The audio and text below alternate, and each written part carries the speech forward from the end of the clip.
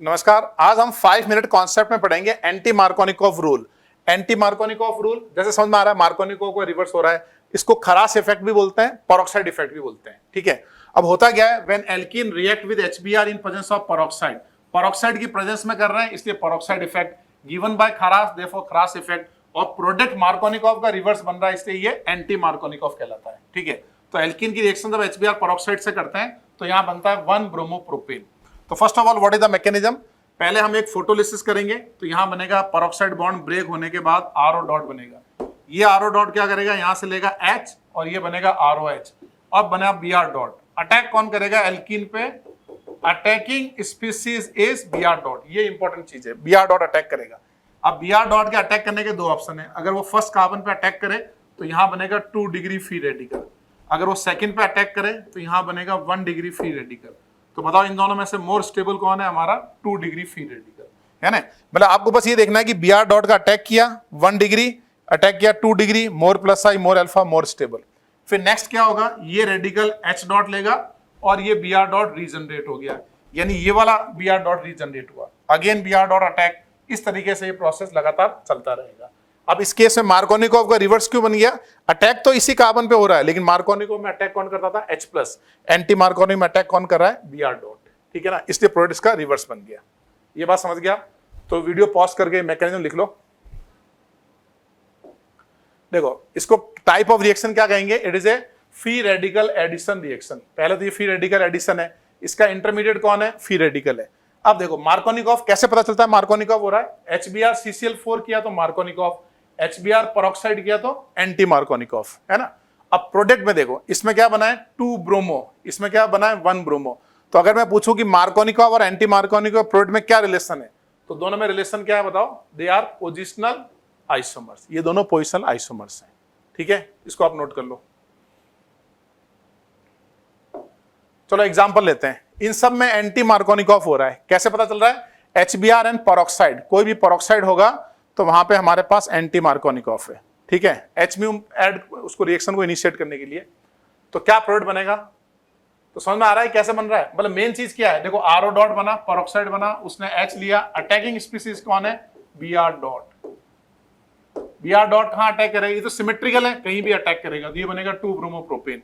इसमें Br dot कहां attack करेगा, इस कार्बन पे करेगा, क्यों करेगा, because of formation of resonance stabilized free radical. ये जो फ्री रेडिकल है वो रेजोनेंस में है इसके साथ, ये समझ में आ रहा है। ठीक है, इसमें भी अटैक कौन करेगा, Br डॉट। Br डॉट यहां अटैक करेगा तो यहां बनेगा 3 डिग्री फ्री रेडिकल, यानी यहां Br लगेगा, यहां H लग जाएगा। ठीक है, ये वाला बन गया। ऐसे यहां पे Br डॉट का अटैक कहां करोगे, यहां अटैक करेंगे तो यहां बनेगा 3 डिग्री फ्री रेडिकल स्टेबल, यहां अटैक किया तो 2 डिग्री, यहां अटैक किया तो 3 डिग्री, तो यहां Br लगेगा, यहां H लगेगा। इस तरीके से एंटी मार्कोनिकॉफ प्रोडक्ट आसानी से बन जाते हैं। Attacking species is Br dot, Markovnikov में attacking species is H+। Markovnikov में सेम कार्बन पे अटैक होता है, लेकिन अटैक कौन करता है, H+। ठीक है, एग्जांपल लिख लो वीडियो पॉज करके। चलो, which of the following alkene will undergo same Markovnikov and anti Markovnikov rule, इनमें से कौन सा एल्कीन है जो मार्कोनिकॉफ और एंटी मार्कोनिकॉफ रूल सेम देता है। ठीक है, तो क्या आंसर होगा बताओ। जैसे ये सिमेट्रिकल है, कहीं भी HBr लगाओ सेम प्रोडक्ट, ये भी सिमेट्रिकल है, ये भी सिमेट्रिकल है। सिमेट्री से मतलब लाइक ग्रुप, इस एल्कीन के लेफ्ट राइट में लाइक ग्रुप है, इसमें भी लाइक ग्रुप है। All this alkene will give same product in Markovnikov and anti Markovnikov. ज्यादा फेमस एग्जांपल 2-ब्यूटीन है ना, तो इसको नोट कर लो आप कि 2 सिमेट्रिकल एल्कीन सच एज 2-ब्यूटीन give Markovnikov and same anti Markovnikov product. अब एक मोस्ट इंपॉर्टेंट चीज है कि एंटी मार्कोनिकॉफ देता कौन है। एंटी मार्कोनिकॉफ देता है ओनली HBr, सिर्फ HBr एंटी मार्कोनिकॉफ देता है, यानी HF नहीं देता है, HCl नहीं देता है और HI नहीं देता है, ये सब एंटी मार्कोनिकॉफ नहीं देते हैं, only and only HBr anti Markovnikov देता है। ठीक है, अब देखो ऐसा क्यों, इसका मैकेनिज्म थोड़ा डिस्कस करते हैं। भाई अगर अपन HF लें, HCl लें, HBr लें, HI लें, तो चेंज क्या होगा। जैसे पहले क्या होता है, हमारे पास एल्कीन है, पहले होता है X डॉट का अटैक, जैसे हमने कहा था ना Br डॉट का अटैक, तो Br डॉट का अटैक हुआ और ये रेडिकल बना, है ना, ये स्टेप होता है। फिर नेक्स्ट स्टेप में क्या होता है, ये जो रेडिकल बना है ये HX से क्या लेता है, H डॉट, इससे क्या बनता है हमारे पास x डॉट बनता है ना। अब आपको ये बताना है कि जो रिएक्शन जिसमें दोनों एक्सोथर्मिक होगी वो रिएक्शन होगी ना, दोनों स्टेप एक्सोथर्मिक होने चाहिए। HF के केस में क्या हो रहा है, सेकंड स्टेप एंडोथर्मिक है इसलिए एंटी मार्कोनिकॉफ नहीं होगा। HCl में भी सेकंड स्टेप एंडो है, एंटी मार्कोनिकॉफ नहीं होगा। HI में फर्स्ट एंडो है, एंटी मार्कोनिकॉफ नहीं होगा। सिर्फ HBr एक ऐसा है जिसमें दोनों एक्सोथर्मिक है, ठीक है।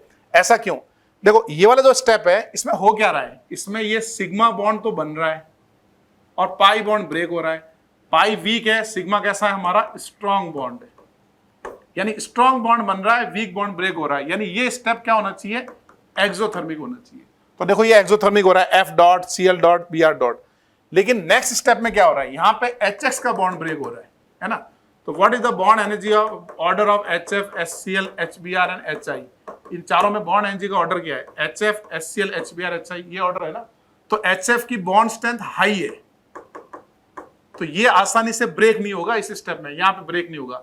तो HF और HCl एंटी मार्कोनिकॉफ क्यों नहीं दिखाते हैं, क्योंकि उनका सेकंड स्टेप एंडोथर्मिक है। सेकंड स्टेप क्यों एंडोथर्मिक है, क्योंकि उसकी बॉन्ड एनर्जी ज्यादा है, क्योंकि इस स्टेप में बॉन्ड ब्रेक हो रहा है। याद रखना ये कि HF HCl में सेकंड स्टेप एंडोथर्मिक है due to high bond energy of HF and HCl।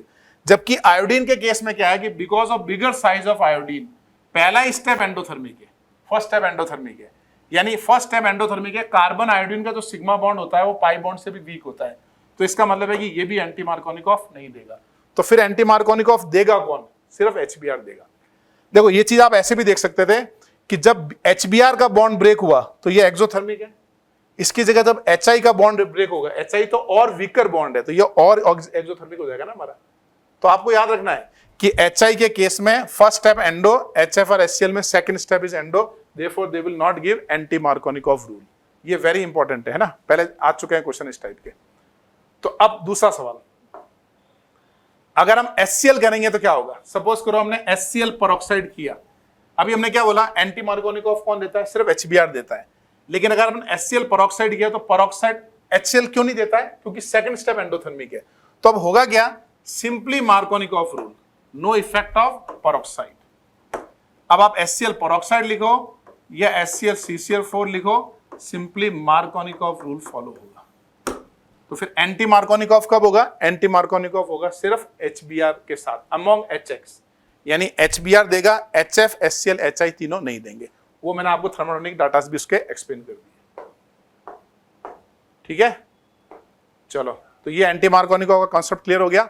इस पे बेस अपन एक छोटा सा आपको क्विज भी देना है, चैनल को सब्सक्राइब भी करना है और बाकी लोगों को 5 मिनट कॉन्सेप्ट सीरीज के बारे में जरूर बताना है। थैंक यू, जय हिंद।